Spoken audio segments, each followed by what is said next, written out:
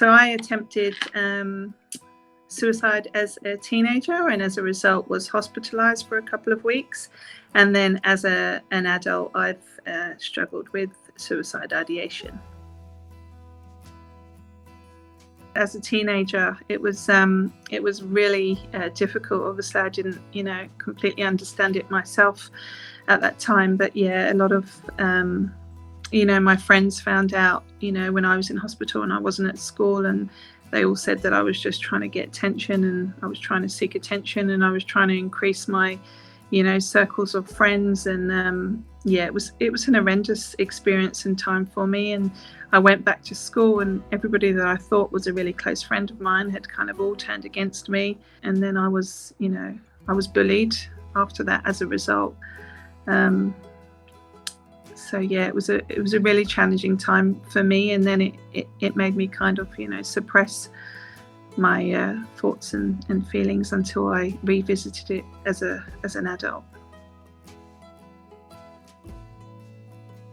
I found hope in connecting with people, connecting with loved ones and connecting with friends, and also connecting with psychologists, and GPs, connecting with professionals as well. A lot of people feel so alone, and that, you're not alone. There is so many supports out there. There is someone for everyone, and if you do see a psychologist and you don't connect, that's okay, because there are more psychologists, and there is always someone that you can connect with.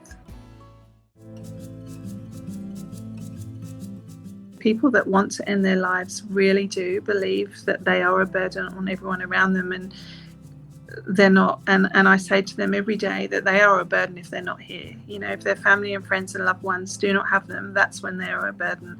So I think a huge one for me is just letting them know that they are not a burden, and letting them know that you're here for them, in any way that they need, or by text, by phone, just letting them know that you're here and that they're not alone. Another message that I'd like to kind of share as well, for people, is that in that moment, when you are feeling suicidal, it's not rational thinking. It's, you're not thinking straight. It's whatever you're going through in that moment. That's a key message, for me, that there's always help, and there's always support, and there is hope, and that you can get through it with the right supports and the right help, at the right time in your life, and just to reach out.